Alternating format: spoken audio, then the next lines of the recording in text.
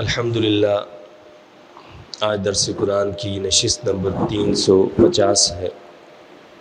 اس سے پہلے سورہ الحجرات مکمل ہوئی۔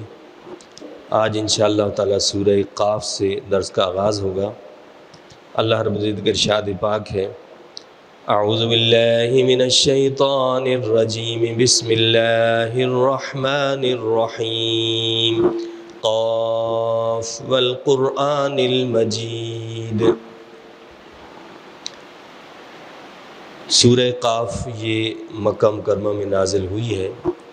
اس میں 45 آیات اور 3 رکوع ہیں۔ اس سورہ مقدسہ کا آغاز اللہ تعالیٰ نے حروف مقطعات میں سے ایک حرف قاف سے کیا ہے۔ قاف قسم ہے قرآن مجید کی کہ میرا رسول سچا ہے۔ یہ حروف مقطعات جو ہوتے ہیں، پہلے بھی بتایا ہے، یہ اشارہ کنایہ ہوتے ہیں جن کا معنی اور صحیح مطلب اللہ اور اس کے رسول صلی اللہ علیہ وسلم ہی جانتے ہیں کہ اس سے کیا مراد ہے۔ تو قاف قسم کھا کر فرمایا کہ قاف قسم ہے قرآن مجید کی کہ میرا رسول سچا ہے۔ اللہ نے قرآن کی قسم کھائی ہے اور قرآن کو المجید قرار دیے ہے، والقرآن المجید، یعنی یہ قرآن عام کتاب نہیں، بڑی بزرگی والی کتاب ہے، عزت والی کتاب ہے۔ اور جس پیج پر، جس ورق پر اس کتاب کے کلمات اور الفاظ لکھے جائیں وہ بھی بزرگی والا بن جاتا ہے، اس کا ادب احترام کرنا بھی لازم ہو جاتا ہے۔ اس قرآن پر کوئی کپڑا لپیٹ دیا جائے، غلاف لپیٹ دیا جائے تو اس کی بے حرمتی بھی ممنوع قرار پاتی ہے۔ اور جو اس قرآن سے اپنے تعلق کو جوڑ لے وہ بھی عزت والا بن جاتا ہے۔ جس کے سینے میں قرآن آ جائے تو اس پر بھی اللہ کی رحمتیں نازل ہونے لگتی ہیں۔ اور جس نبی پر اللہ نے اس قرآن کو نازل کیا ہے وہ نبی بھی تمام نبیوں سے زیادہ عزت والا ہے۔ امام الانبیاء محمد رسول اللہ صلی اللہ علیہ وسلم کی ذات گرامی ہے۔ تو فرمایا کہ قسم ہے قرآن کی، اس عزت والی کتاب کی قسم ہے۔ قسم کس چیز کی کھائی جا رہی ہے؟ کہ یہ جو میرا رسول ہے یہ برحق رسول ہے۔ اللہ کے نبی محمد رسول اللہ صلی اللہ علیہ وسلم کی رسالت پر، آپ کی نبوت پر لوگوں کو اعتراض تھا۔ اللہ نے قسم اٹھا کر یہ واضح کیا ہے کہ آپ اللہ کے سچے رسول ہیں۔ بل عجبوا ان جاءهم منذر منهم فقال الكافرون هذا شيء عجیب، مگر یہ نادان حیران ہے اس بات پر کہ آیا ان کے پاس ڈرانے والا ان میں سے، تو کہنے لگے کفار یہ تو بڑی عجیب و غریب بات ہے۔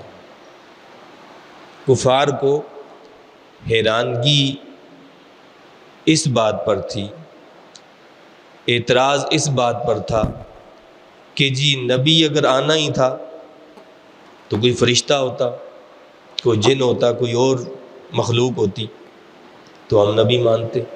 ہمارے درمیان ہم میں سے نبی کیسے آ سکتا ہے؟ کیا فرمایا اللہ نے؟ یہ نادان حیران ہے اس بات پر کہ آیا ان کے پاس ڈرانے والا ان میں سے۔ یہ ہماری طرح کھاتے ہیں، ہماری طرح پیتے ہیں، ہماری طرح اٹھتے ہیں، ہماری طرح بیٹھتے ہیں، ہماری طرح سوتے ہیں، رہتے ہیں، زندگی کے جو بھی معاملات ہیں، تو جی یہ کیسے نبی ہو سکتے ہیں؟ یہ تو بڑی عجیب و غریب بات ہے۔ انہوں نے پتھروں کو تو اپنا معبود تسلیم کر لیا اور درختوں کی بھی پوجا کرنے لگے، ستاروں اور ہر شے کو اپنا خدا بنا لیا، لیکن حیرت اس بات پر تھی کہ جی ایک انسان جو ہے وہ نبی کیسے ہو سکتا ہے۔ اَإِذَا مِتْنَا وَكُنَّا تُرَابًا، اب دوسری بات جس پر ان کو حیرت تھی، جو ان کی عقل اور سمجھ میں بات نہیں آتی تھی، وہ کیا ہے؟ وہ کہتے ہیں کیا جب ہم مر جائیں گے اور مٹی ہو جائیں گے، ذَلِكَ رَجْعٌ بَعِيدٌ، تو پھر زندہ کیے جائیں گے؟ یہ واپسی تو عقل سے بعید ہے۔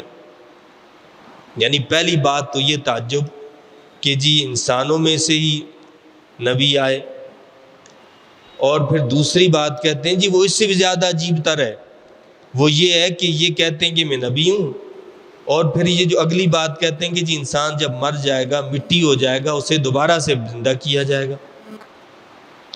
جب انسان مر کر مٹی ہو جائے گا، اسے دوبارہ سے زندہ کیا جائے گا، یہ کیسے ہو سکتا ہے؟ وہ کہتے ہیں کہ ہم مر جائیں گے، مٹی ہو جائیں گے، تو پھر زندہ کیے جائیں گے، یہ واپسی تو عقل سے بعید ہے۔ قَدْ عَلِمْنَا مَا تَنْقُصُ الْأَرْضُ مِنْهُمْ وَعِنْدَنَا كِتَابٌ حَفِيظٌ۔ اب اس کا جواب اللہ نے کیا دیا؟ اللہ نے فرمایا ہم خوب جانتے ہیں جو زمین ان کی جسموں سے گھٹاتی ہے۔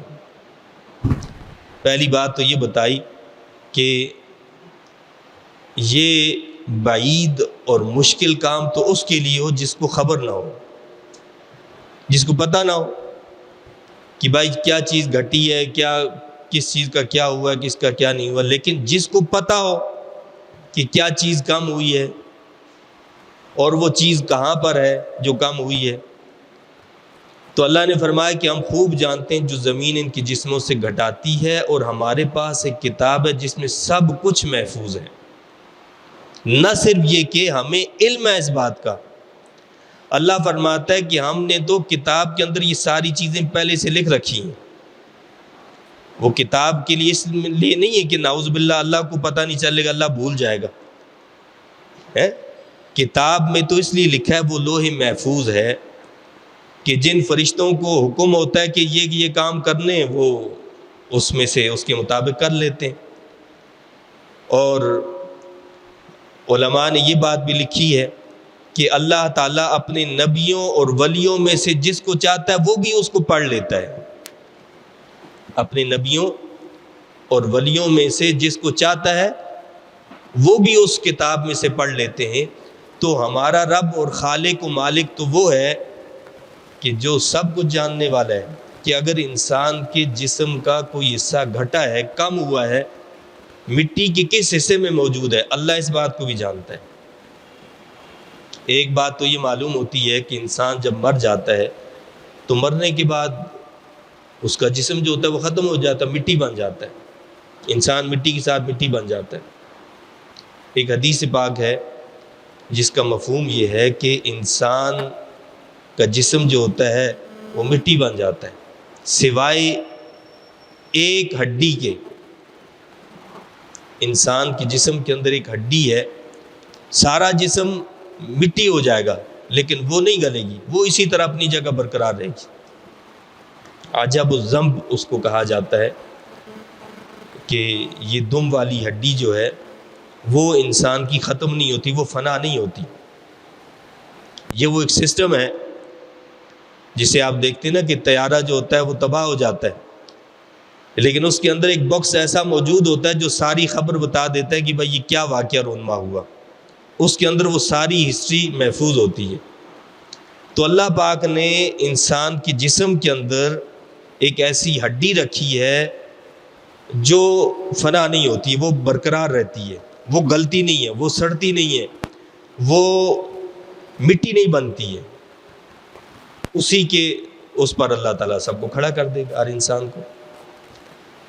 تو اللہ نے یہ بتایا ہمیں کہ جو اس چیز کو عجیب سمجھتے ہیں وہ اس بات پر تو غور کریں کہ جس خالق اور مالک نے اس مٹی کو قدرت دی کہ وہ انسان کو کھا جائے، کیڑے مکوڑے کھا جائیں اور وہ مٹی بن جائے، تو جس طرح انسان مٹی بن گیا یا بنا دیا گیا، وہی رب جس نے انسان کو مٹی بنایا وہ اس کو انسان بنا دے گا دوبارہ سے۔ وہی رب اس کو کیا کرے گا؟ اسی مٹی سے انسان بنا دے گا۔ اور احادیث میں یہ بات بھی واضح ہے، اور علامہ قرطبی رحمہ اللہ نے لکھا ہے کہ یہ بات مسلمہ ہے کہ انبیاء کرام علیہ الصلاۃ والسلام، اولیاء کرام اور جو شہداء ہیں ان کے جسموں کو مٹی نہیں کھا سکتی۔ اللہ نے مٹی پر ان کے جسموں کو حرام کر دی ہے کہ مٹی جو ہے وہ انبیاء کرام علیہ الصلاۃ والسلام کے جسموں کو نہیں کھاتی، وہ اولیاء کرام کے جسموں کو نہیں کھاتی، وہ شہداء کے جسموں کو نہیں کھاتی۔ اور یہی وجہ ہے کہ آپ دیکھیں کہ کتنے ایسے مناظر برسوں کے بعد نظر آتے ہیں کہ کوئی قبر کھل گئی اور پتہ چلا کہ جی قبر والا جو ہے وہ بالکل صحیح و سلامت ہے، اس کا کفن بھی ٹھیک ہے، بالکل درست ہے۔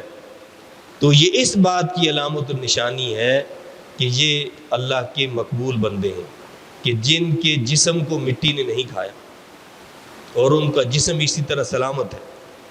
ورنہ جو سائنس ہے وہ تو یہ کہتی ہے کہ انسان بالکل ختم ہو جاتا ہے، اور جیسا کہ حدیث شریف میں بھی آیا کہ انسان جو ہے وہ مل کر مٹی کے اندر، قبر کے اندر مٹی کے ساتھ مٹی بن جاتا ہے۔ تو فرمایا کہ ہم خوب جانتے ہیں جو زمین ان کے جسموں سے گھٹاتی ہے، اور ہمارے پاس ایک کتاب ہے جس میں سب کچھ محفوظ ہے۔ بل کذبوا بالحق لما جاءهم فهم في امر مریج، بلکہ انہوں نے جھٹلایا دین حق کو جب وہ ان کے پاس آیا، بس اس وجہ سے وہ بڑی الجھن میں پھنس گئے۔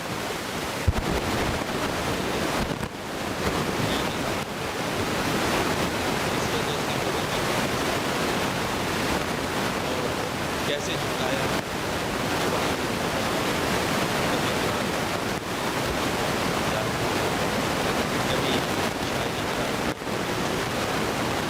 کیا مراد یہ کہ اللہ کے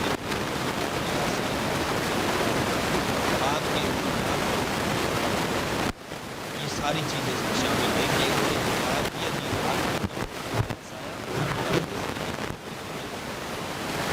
اب وہ پتہ نہیں چل رہا کہ وہ کیا کہہ رہے ہیں۔ کبھی اللہ کے نبی کو نعوذ باللہ کہتے ہیں کہ یہ کاہن ہے، کبھی کہتے ہیں کہ یہ شاعر ہے،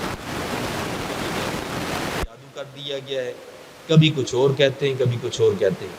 افلم ينظروا الى السماء فوقهم كيف بنيناها وزيناها وما لها من فروج، کیا انہوں نے نہیں دیکھا آسمان کی طرف جو ان کے اوپر ہے، ہم نے اسے کس طرح بنایا ہے اور اسے کیسے آراستہ کی ہے۔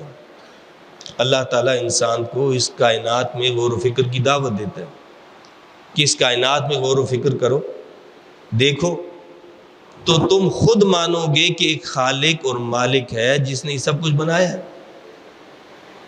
بھائی صدیاں بیت گئیں، ہمارے باپ دادا اجداد چلے گئے، یہ آسمان ویسے کا ویسا ہے، ستارے ویسے یہ ہیں، سورج ویسا ہے، چاند ویسا ہے، کوئی کسی چیز میں کوئی فرق نہیں آیا، بوسیدہ نہیں ہو گئے یہ، اس کو کوئی کلر کی ضرورت نہیں پڑی، نہ آسمان کو، نہ چاند کو، نہ سورج، کسی چیز کو۔ ایک عمارت ہم بناتے ہیں، سال بعد 2 سال بعد اس کا سب خراب ہو جاتا ہے، دوبارہ مرمت کی ضرورت پڑ جاتی ہے، دوبارہ کلر کی ضرورت پڑ جاتی ہے۔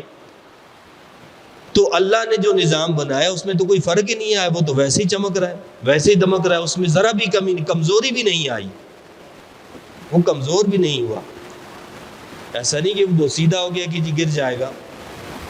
اللہ فرماتا ہے کہ کیا انہوں نے نہیں دیکھا آسمان کی طرف جو ان کے اوپر ہے، ہم نے اسے کس طرح بنایا ہے اور اسے کیسے آراستہ کیا ہے۔ ایک سے ایک چیزیں، کہکشائیں اور نہ جانے کیا کیا کچھ موجود ہے جس کا ہمیں پتہ بھی نہیں۔ بہت کچھ وہ ہے جس کو آج سائنس کہتی ہے کہ جی یہ چیزیں موجود ہیں، اور بہت کچھ وہ ہے کہ جس کو سائنس بھی کہتی ہے ابھی ہمیں پتہ ہی نہیں چلا ہے۔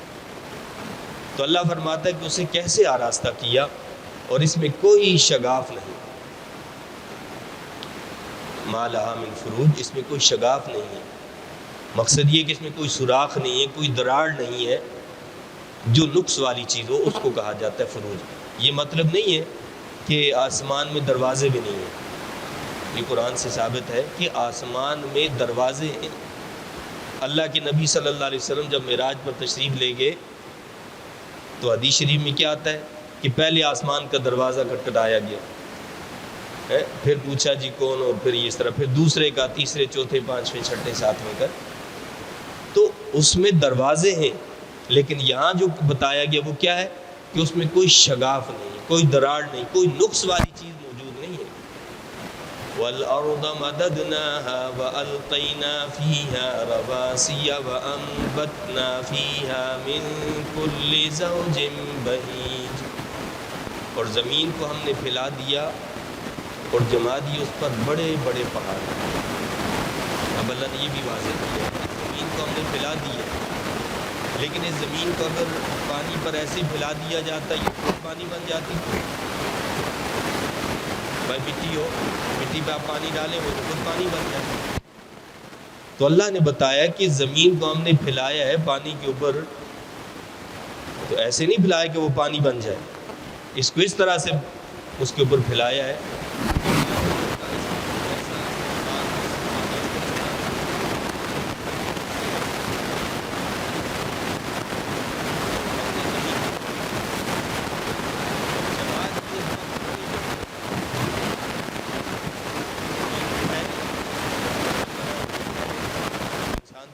محال ہو جائے گا، کیسے وہ زندگی گزارے اس پر.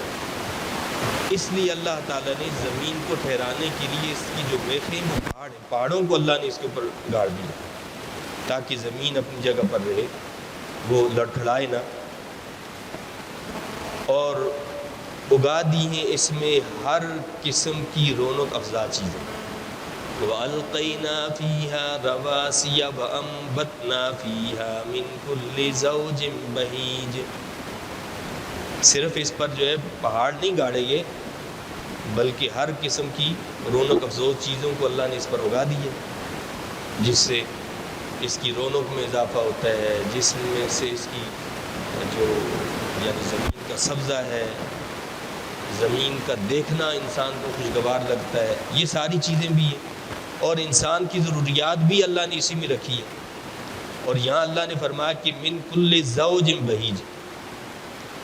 اس کا ایک مطلب یہ بھی ہے کہ اللہ نے کائنات کی ہر چیز کو جوڑا جوڑا بنایا ہے،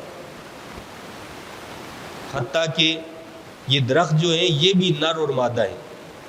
درخت بھی کیا ہوتے ہیں؟ نر اور مادہ ہوتے ہیں. آپ نے سنا ہوگا کہ بعض جگہ ایسا ہوتا ہے کہ درختوں کے اوپر پیوندکاری کی جاتی ہے. ایک درخت ہے وہ پھل نہیں دیتا، اس پر دوسرے درخت کی پیوندکاری کی جاتی ہے، وہ پھل دینے لگتا ہے.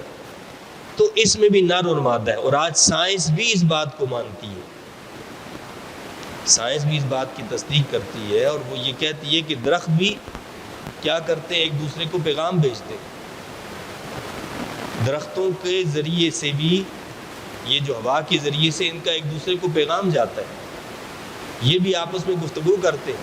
بظاہر ہم ان کو کیا سمجھتے ہیں کہ یہ غیر جاندار چیزیں، بے جان چیزیں، ان کے اندر جان نہیں ہے، لیکن ان کے اندر جان ہے. یہ آپس میں باتیں بھی کرتے ہیں. اور یہ حدیث مبارکہ کئی مرتبہ آپ سن ہی چکے کہ اللہ کے نبی صلی اللہ علیہ وسلم نے خود فرمایا ہے کہ یہ جو پہاڑ احد کا ہے یہ ہم سے محبت کرتا ہے، ہم اس سے محبت کرتے ہیں.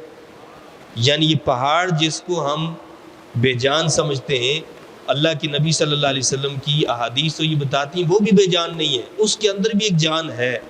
تبھی تو وہ کسی سے محبت کرتا ہے نا. محبت کب کرے گا؟ اس کے اندر کوئی جان ہوگی تو محبت کرے گا.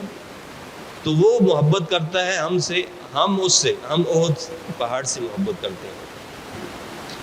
تبصرۃ و ذکریٰ لکل عبد منیب.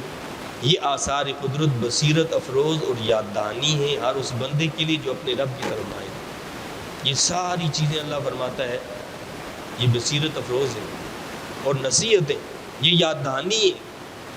لیکن یہ ہر ایک کے لیے یاد دہانی نہیں ہے. کس کے لیے؟ لکل عبد منیب، ہر اس بندے کے لیے جو اپنے رب کی طرف مائل ہونے والا ہے، جس کے پاس قلب سلیم موجود ہے، وہ اس کی طرف مائل ہوگا.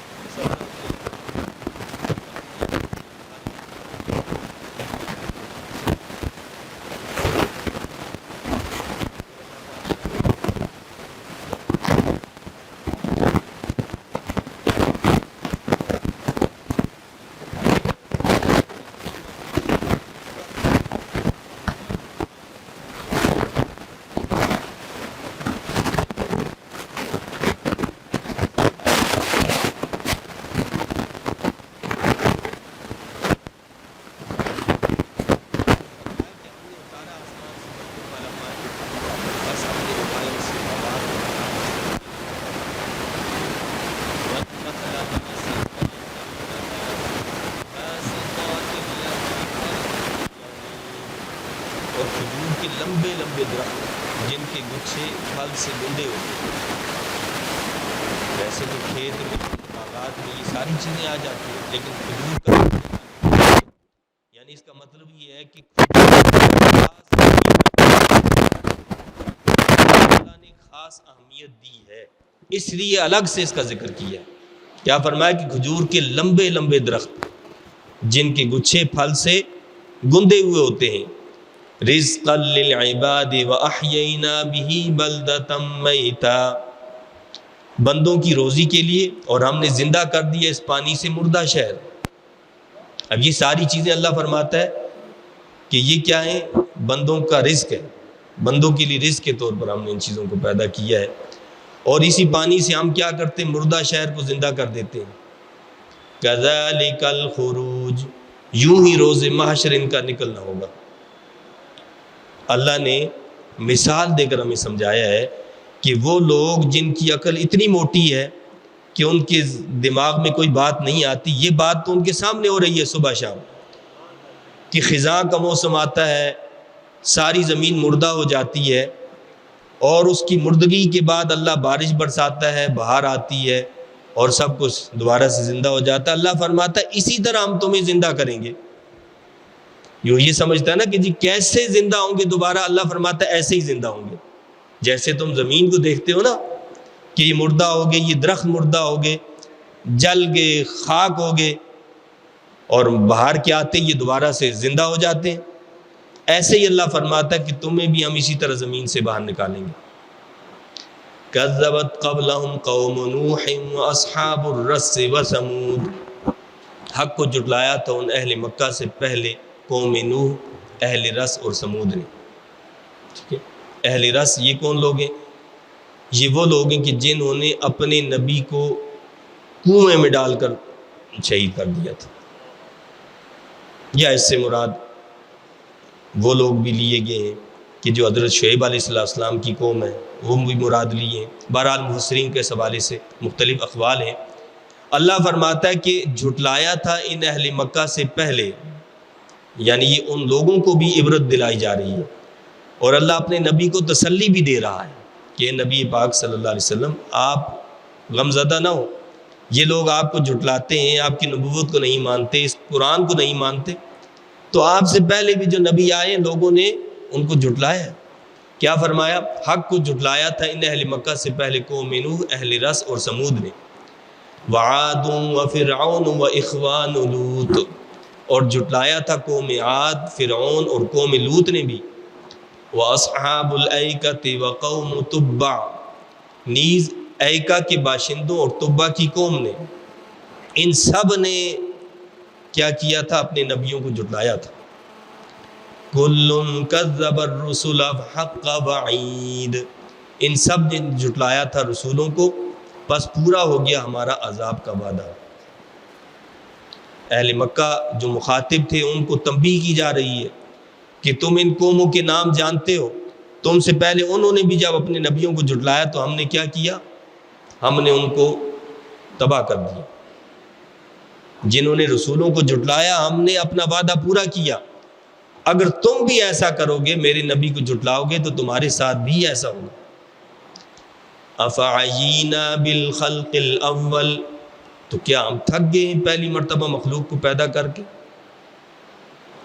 بل ہم فی لبس من خلق جدید، تو کیا ہم تھک گئے پہلی مرتبہ مخلوق کو پیدا کر کے؟ ایسا نہیں، بلکہ یہ کفار اثر نو پیدا ہونے کے بارے میں شک میں ہیں۔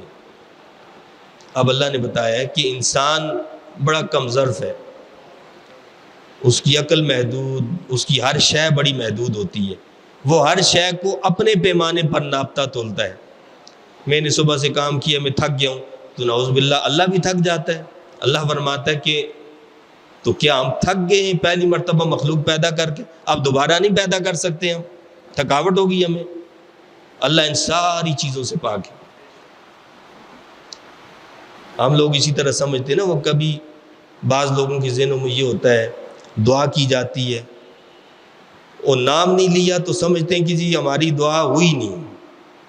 بھائی وہ اللہ جس سے ہم دعا مانگ رہے ہیں وہ سب جانتا ہے، اس کو پتہ ہے کہ کس کا نام ہے کس کا نام نہیں ہے۔ اسے یہ بھی پتہ ہے کہ کس کا نام دل میں موجود ہے، نام لیا نہیں ہے لیکن دل میں موجود ہے، اللہ اس کو بھی جانتا ہے، اس کے حق میں بھی دعا قبول کرتا ہے۔ تو نام لے لینے سے نہیں ہوتا کہ جی اللہ کو تب پتہ چلتا ہے، نعوذ باللہ، وہ ہماری سوچ اور فکر کے ساتھ ہوتا ہے، اسے سب پتہ ہوتا ہے، بلکہ اسے یہ بھی خبر ہوتی ہے کہ کس کی کیا حاجت ہے، کیا بیماری ہے، کیا پریشانی ہے، کیا تکلیف ہے، کیا مسئلہ ہے، وہ سب جانتا ہے۔ اسے اپنے پیمانوں پر ناپا تولا نہ جائے، اللہ ان سے اونچا ہے، بہت اونچا، وہ ہمارے تصور میں نہیں آ سکتا۔ جو انسان کے تصور میں آ جائے وہ معبود نہیں ہو سکتا۔ جو انسان کے تصور میں آئے، انسان تو خود محدود ہے، تو اللہ کی ذات تو لا محدود ہے۔ تو اگر وہ انسان کے تصور میں آ جائے تو وہ معبود کیسے رہا؟ وہ معبود ہی نہیں ہے جو انسان کے تصور میں آئے۔ تو اللہ فرماتا ہے تو کیا ہم تھک گئے ہیں پہلی مرتبہ مخلوق کو پیدا کر کے؟ نہیں، فرمایا ایسا نہیں ہے، بلکہ یہ کفار اثر نو پیدا ہونے کے بارے میں شک میں ہیں۔ فرمایا کہ اصل بات یہ ہے کہ یہ شک کے مریض ہیں، جس کے دل میں شک آ جائے نا، یہ ایک ایسا مرض ہے جس کی دوا کسی ڈاکٹر کے پاس موجود نہیں ہوتی ہے۔ شکی مزاج کوئی ہو، کوئی شکی مزاج مرد ہو، شکی مزاج عورت ہو، تو اس کے شک کو اللہ دور کر دے تو اللہ دور کر سکتا ہے۔ انسان کی طاقت نہیں ہے کہ وہ کیا کرے، کسی کے شک کو دور کر سکے۔ تو فرمایا کہ ان کے دلوں میں اصل میں شک ہے، اس حوالے سے کہ دوبارہ کیسے زندہ ہوں گے جی، یہ دوبارہ زندہ ہونے کے حوالے سے یہ شک میں مبتلا ہے، جس وجہ سے یہ ساری باتیں کر رہے ہیں۔ تو اللہ تعالیٰ نے ہمیں الحمدللہ ایمان کی دولت سے مالا مال کیا ہے اور اہل یقین کے ساتھ وابستگی عطا فرمائی۔ اور آج کا جو عظیم دن ہے یہ بھی ایک عظیم یقین والی ہستی سے منسوب ہے۔ حضرت خواجہ نظام الدین محبوب الہی رحمہ اللہ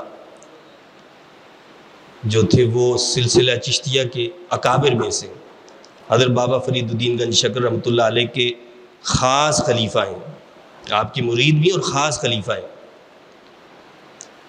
یہ وہ اہل یقین لوگ تھے کہ ان کی باتیں بھی جب انسان دیکھتا اور سنتا ہے تو وہ حیران ہو کر رہ جاتا ہے کہ یہ وہی لوگ تھے کہ جنہوں نے ہمارے جیسے انسانوں کے ساتھ ہی رہ کر زندگی گزاری اور ہماری طرح انسان تھے، ہمارے جیسے معاملات تھے، مشکلات تھی، پریشانیاں تھیں، تکلیفیں تھیں، سارے سب کے ساتھ تھے، لیکن اس کے باوجود یہ لوگ اللہ والے بن کر رہے کیونکہ یہ اللہ سے ڈرنے والے تھے، اور ہم لوگ اللہ سے نہیں ڈرتے، باقی سب سے ڈرتے۔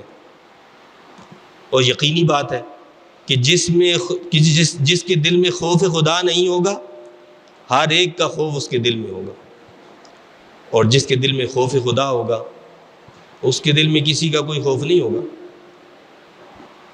آپ فلسطین کے اندر دیکھیں، غزہ میں یہ جو حماس والے لوگ ہیں، کیا ان میں یہ طاقت تھی کہ یہ اس طرح اٹھ کھڑے ہوتے اور ایک ایسے ہاتھی کے سامنے مقابلے کے لیے کھڑے ہو جاتے؟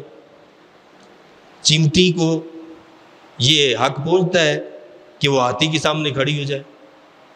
یہ وہ خوف خدا ہے اور یہ وہ جذبہ جہاد ہے کہ جو ساری طاقت پیدا کرتا ہے۔ تم ہاتھی ہو تو اپنی جگہ ہو، ہم تم سے نہیں، ہم اللہ سے ڈرنے والے ہیں۔ اور الحمدللہ آپ دیکھیں کہ ایک مہینہ ہونے کے قریب ہے، ایک مہینہ آپ کا ملک پاکستان جس کو ایٹمی طاقت، وہ ڈرتا ہے، اور دنیا کی بڑی بڑی ایٹمی طاقتیں ڈرتی ہیں ان سے، اسرائیل، امریکہ، اور نہ جانے ان کو کیا خدا سے بڑا درجہ دیا ہوا ہم لوگوں نے، لیکن وہ نہیں ڈرتے اور وہ مقابلہ کر رہے ہیں، اللہ ان کی مدد فرما رہے ہیں۔ آپ خود بتائیں، آپ خود سوچیں، غزہ میں چند لاکھ لوگ رہتے ہیں، چھوٹا سا علاقہ ہے، کراچی سے بھی چھوٹا، وہ اتنی بڑی طاقت سے مقابلہ کریں اور اتنے ٹائم سے، تو یہ انسان کی طاقت ہے، یہ اللہ کی طاقت ہے۔ اور اس بات کو انہوں نے خود تسلیم کی ہے، ان کی ایجنسیوں کے ایک شخص نے اس بات کا اقرار کیا، اس نے کہا کہ جی ہمیں تو یہ سمجھ نہیں آتی ہے کہ ہمارے جو میزائل اور ہماری فلاں چیزیں اتنی گئیں اور ان کو فلاں چھوٹی سی چیز جو ہے اس کو تباہ کر دے. ہماری تو سمجھ سے بالا باتیں ہیں. اور یہ باتیں بتاتی ہیں کہ رب موسیٰ و ہارون ہم سے ناراض ہے. یہ یہودی کہہ رہے ہیں کہ موسیٰ علیہ السلام اور ہارون علیہ السلام کا جو رب ہے وہ ہم سے ناراض ہے، اس لیے یہ سب کچھ ہو رہا ہے ہمارے ساتھ. تو اللہ والے جو ہوتے ہیں وہ کیا کرتے ہیں؟ وہ صرف اللہ سے ڈرتے ہیں، مخلوق سے نہیں ڈرتے، لوگوں سے نہیں ڈرتے، کائنات کی بڑی سے بڑی طاقت سے نہیں ڈرتے. چونکہ ان کا مشن یہ ہوتا ہے کہ یہ لوگوں کو اللہ کا قرب بخشتے ہیں، کہ لوگ اللہ سے جو دور ہو گئے وہ اللہ کے قریب ہو جائیں. اس لیے ان کا طرز عمل زندگی کا جو ہوتا ہے وہ مختلف ہوتا ہے ہم سے. ہم لوگوں کی مثال تو مکھی والی ہے نا. مکھی صاف اور اچھی جگہ چھوڑ کر، خوشبو والی جگہ چھوڑ کر کہاں بیٹھتی ہے؟ بدبو والی جگہ پر، گندی جگہ پر بیٹھے گی. ہم لوگ وہی ہیں. ہم لوگوں کے عیبوں کو تلاش کرتے رہتے ہیں، لوگوں کی برائیوں کو، لوگوں کے گناہوں کو، اپنے عیبوں کو بھول جاتے ہیں کہ ہم خود کیا ہیں. اللہ والے کیا کرتے ہیں؟ ان کو کسی کا عیب پتہ بھی چل جاتا ہے، اس کی پردہ پوشی کرتے ہیں، چھپاتے ہیں، اور ان لوگوں کو تعلیم دیتے ہیں کہ اللہ کی ذات ستار العیوب ہے. اللہ بندوں کے عیوب کو چھپاتا ہے، پردہ ڈالتا ہے. تم بندوں کے عیبوں کو چھپاؤ گے تو اللہ تمہارے عیبوں پر پردہ ڈالے. یہ اللہ والوں کی ایک نیت ہوتی ہے، طرز عمل ہوتا ہے، اور یہ پریکٹیکل وہ سکھاتے ہیں. ایک ایسا ہی واقعہ رونما ہوا. حضرت نظام الدین اولیاء رحمۃ اللہ علیہ جو تھے، ان ظاہر اللہ کے نیک بندے تھے، تو وہ آج کل کے لوگوں کی طرح نہیں تھے جیسے آج بھی ہم لوگ اللہ والے بن جاتے ہیں. لیکن ہم لوگ تو اللہ والے بنتے ہیں تو ہم کہتے ہیں کسی وزیر مشیر اور فلاں کے پاس جائیں تو بس جی ہمارا اور زیادہ بڑے پیر بن جاتے ہیں ہم. اس کا مطلب ہوتا ہے بڑے پیر صاحب ہیں یہ جی، کسی وزیر مشیر کے پاس. لیکن اللہ والوں کا طرز عمل کیا ہوتا ہے؟ وہ ان وزیروں مشیروں سے دور بھاگتے ہیں. سلطان علاء الدین خلجی جو تھا، وہ اس وقت بادشاہ وقت تھا. اس نے کئی مرتبہ حاضری کی کوشش کی کہ وہ آپ کی بارگاہ میں آئے، تو آپ نے صاف کہہ دیا کہ اگر وہ آئے گا، ایک دروازے سے وہ داخل ہوگا، دوسرے دروازے سے میں باہر نکل جاؤں گا. اور ایسا ہوا بھی. سلطان فیروز شاہ خلجی جو ہے وہ ایک مرتبہ حضرت امیر خسرو رحمہ اللہ کے ذریعے سے اس نے کہا کہ میں ملاقات کرنا چاہتا ہوں حضرت نظام الدین اولیاء رحمۃ اللہ علیہ سے، اور آپ ان وزیروں مشیروں سے نہیں ملتے تھے، منع کرتے تھے کہ کوئی میرے پاس مت آئے. تو انہوں نے وعدہ کر لیا حضرت امیر خسرو رحمۃ اللہ علیہ نے کہ جی ٹھیک ہے، میں بغیر بتائے ملاقات کروا دوں گا. اب جب وہ دن آیا تو ان کو بھی تھوڑا ہونے لگا کہ ایسا نہ ہو کہ حضرت ناراض ہو جائیں. تو کہا کہ حضور وہ اس طرح سلطان فیروز شاہ خلجی آج تشریف لانے والے. تو آپ نے دہلی کو چھوڑا اور وجوداً چلے گئے. آپ وہاں سے نکل گئے، وہاں رہے ہی نہیں، چلے گئے وہاں سے. تو آپ نے جو ہے، جو اس وقت کے بادشاہ سلطان بھی ہوتے تھے تو وہ اپنے خدام کو ڈیوٹی پر رکھتے تھے. حضرت نظام الدین اولیاء رحمۃ اللہ علیہ کی بارگاہ میں ان کا ایک سیکورٹی آفیسر جو تھا وہ عموماً آتا تھا، خدمت کرتا تھا. تو ایک دن حضرت نظام الدین اولیاء رحمۃ اللہ علیہ وضو کر کے تشریف لائے. فرمانے لگے کہ بادشاہ وقت کو لوگوں کے حالات کی خبر ہونی چاہیے اور خود خبر ہونی چاہیے. وہ خبر جو کارندوں کو نہیں ہوتی وہ خبر ہونی چاہیے. ایک تو وہ ہوتی ہے نا جو لوگ پہنچاتے ہیں، جی سیکورٹی والے فلانے یہ وہ پہنچائیں گے. فرمایا کہ اس کے علاوہ ان کو خبر ہونی چاہیے وہ جو ان کو بھی نہیں ہوتی. اور پھر آپ نے اپنا وہ رومال، جب وضو کرتے تھے تو وضو کرنے کے بعد اس سے آپ اپنا منہ صاف کر لیتے تھے، وہ رومال دیا اس سیکورٹی آفیسر کو اور کہا کہ یہ سلطان علاء الدین خلجی کو دینا، اور اس سے کہنا کہ جب تم رات کو سو تو سوتے وقت اپنے چہرے پر اس رومال کو ڈال لینا. تو وہ بادشاہ بھی ایسے نہیں تھے، وہ عقیدت رکھنے والے بادشاہ تھے. تو چنانچہ ایسا ہی ہوا کہ جب وہ سیکورٹی آفیسر جو ہے وہ رومال لے گیا، اس نے چوما، اس کی بڑی تعظیم کی اور لے جا کر سلطان کو پیش کیا. اب سلطان جب رات کو لیٹے اور اپنے چہرے پر اس رومال کو ڈالا تو سیکورٹی آفیسر جب دوسرے دن آیا وہ بڑا پریشان تھا. آپ نے پوچھا کیا بات ہے, کیا ہو گیا تمہیں؟ کہنے لگا کہ حضور وہ جو آپ نے رومال دیا تھا میں نے سلطان کو پیش کر دیا, لیکن جب میں نے ان کو پیش کیا تھوڑی دیر کے بعد انہوں نے مجھے بلا لیا, اور بلانے کے بعد انہوں نے کہا کہ میرے سامنے ہندوستان سارے کا سارا میرے سامنے ہے, اور دہلی کا ہر گھر میرے سامنے, میں ہر گھر میں داخل ہوا ہوں. اور اس نے بادشاہ نے کچھ گھروں کی نشاندہی کی ہے کہ فلاں فلاں فلاں فلاں گھر ہیں, ان کے اندر فلاں فلاں مجرم ہیں, ان کو جاؤ پکڑو اور پکڑ کر لے آؤ. تو اس نے کہا کہ جی میں سویا نہیں ہوں, میں رات بھر جاگتا رہا ہوں. اور اس طرح ہم نے ان مجرموں کو پکڑا ہے, اور شہر کے اندر ایک تہلکہ مچ گیا ہے کہ بادشاہ وقت کو غیب کا علم آ گیا ہے. تو آپ جو ہے سر پکڑ کر رہ گئے اور کہنے لگے کہ انسان جو ہے وہ برائی کی طرف بہت جلدی بھاگتا ہے. ہم نے یہ رومال اس لیے نہیں دیا تھا کہ وہ لوگوں کے جرائم کو اور عیبوں کو پکڑے, یہ اس لیے دیا تھا تاکہ مفلسوں کے بارے میں, مظلوموں کے بارے میں اسے خبر ہو جائے کہ کون کون مظلوم ہے, کون کون مفلس ہے, وہ اس کی مدد کر سکے. پھر آپ نے پیغام بھیجا کہ اب جا کر سلطان کو یہ پیغام دینا کہ آئندہ جب تمہیں اس رومال کے ذریعے سے کوئی بات پہنچے, خبر ملے, تو تم نے کسی کے سامنے ظاہر نہیں کرنی, اور اس کا مقصد صرف یہ ہے کہ تم صرف مظلوموں اور مفلسوں کی مدد کرو گے. تو جن اللہ والوں کا رومال یہ طاقت رکھتا ہے, اس کے اندر یہ اثر ہے, خود ان کا کیا مقام ہوگا, ان کو اللہ نے کتنی طاقت دی ہے. تو یہ اللہ والے لوگ ہیں کہ جو کیا کرتے ہیں, دنیا والوں سے دور بھاگتے ہیں, وہ دنیا کی طرف نہیں دوڑتے, دنیا سے کنارہ کشی اختیار کرتے ہیں. ایک مرتبہ ایسا ہوا کہ ایک شخص آپ کی بارگاہ میں حاضر ہوا, آپ نے اس سے تھوڑا سا کام لیا اور اس کے بعد آپ نے اس کو خلافت دی, خلافت دے کر رخصت کر دیا. وہاں برسوں سے پڑے ہوئے لوگ تھے کئی, وہ بڑے حیران ہوئے, وہ باتیں کرنے لگے کہ جی دیکھو یہ آدمی ابھی آیا اور انہوں نے خلافت بھی دے کر بھیج دیا, اور ہم تو برسوں ان کی خدمت کر رہے ہیں, ہمیں تو کچھ بھی نہیں ملا. جب آپ کو خبر ملی تو آپ نے کچھ نہیں کہا, آپ نے فرمایا کہ جاؤ جنگل جاؤ, وہاں سے لکڑیاں لے کر آؤ, کچھ خشک لکڑیاں لاؤ, کچھ گیلی لکڑیاں وہ لے کر آؤ. جب لے کر آئے تو آپ نے کہا کہ ان کو جلاؤ. اب جب لکڑیوں کو جلانے لگے تو ظاہر سوکھی لکڑیاں فوراً جل گئیں, اور جو گیلی لکڑیاں تھیں وہ نہیں جلیں.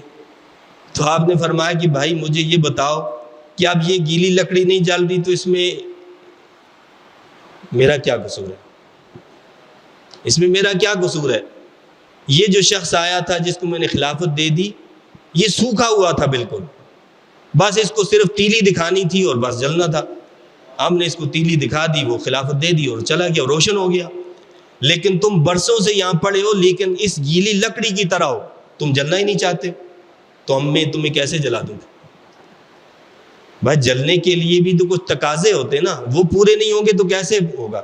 جب تم اپنے اندر وہ چیزیں پیدا ہی نہیں کرو گے تو ساری زندگی ساتھ رہو, محروم ہی رہو گے. ہوتا ہے بعض لوگ کہتے ہیں جی ہم تو فلاں بڑے عالم دین کے ساتھ رہے, جی فلاں اللہ کے والے کے ساتھ بزرگ کے ساتھ رہے تو یہ ہوا وہ ہوا. تو یہ کمال نہیں ہے فلاں بزرگ کے ساتھ رہے, فلاں عالم دین کے ساتھ رہے. کمال یہ کہ ان سے سیکھا کیا آپ نے, ان سے آپ کے اندر کمال کیا پیدا ہوا, یہ اصل چیز ہے, یہ کمال نہیں ہے. ورنہ تو حضور نبی پاک صلی اللہ علیہ وسلم کی مجلس میں بھی منافق آ کر بیٹھتے تھے, خالی خالی کی خالی, اللہ کے نبی کی مجلس میں بیٹھنے والے. تو یہ ہے معاملہ. حضرت نظام الدین اولیاء رحمۃ اللہ علیہ کی جو بات چل رہی تھی, علاء الدین خلجی جب اس کا انتقال ہو گیا تو اس کے بعد جو ہے قطب الدین خان جو تھا اس نے سلطنت پر قبضہ کر لیا تھا. وہ بڑا متکبر قسم کا شخص تھا. اس نے حکم جاری کر دیا کہ جی سارے مشائخ علماء سارے اس کی بارگاہ میں جاتے تھے, سلام پیش کرتے تھے. جی اس نے کہا کہ جی نظام الدین جو ہے یہ میرے پاس کیوں نہیں آئے, لہٰذا اس نے حکم جاری کیا کہ جی میرے پاس حاضر ہو جائے. تو آپ نے فرمایا کہ بادشاہوں سے ملنا اور دربار میں حاضر ہونا یہ ہم فقیروں کا شیوا نہیں ہے. یہ بات سن کر تو اس کو آگ لگ گئی کہ جی ہم نے حکم دیا اور ہمارے حکم کی خلاف ورزی, یہ کیسے ہو سکتا ہے. اس نے کہا کہ اب ڈنڈے کے زور پر ہم جو ہے بلوائیں گے, یہ کریں گے وہ کریں گے, آپ ہر ہفتے نہیں آ سکتے, آپ مہینے میں ایک مرتبہ آئیں ہمارے پاس, حاضر ہو. اگر حاضر نہیں ہوئے تو پھر ہم دوسرا کام کریں گے. حضرت نظام الدین اودھیا رحمۃ اللہ علیہ کو جب یہ پتہ چلا تو آپ مسکرائے اور مسکرا کر فرمانے لگے کہ یہ جو کہہ رہا ہے کہ ہر نئے چاند کی پہلی تاریخ کو ہمارے پاس حاضر ہوں، اسے پتہ ہے کہ اللہ نے اس کو یقین دلایا کہ اگلے نئے چاند تک یہ موجود ہوگا،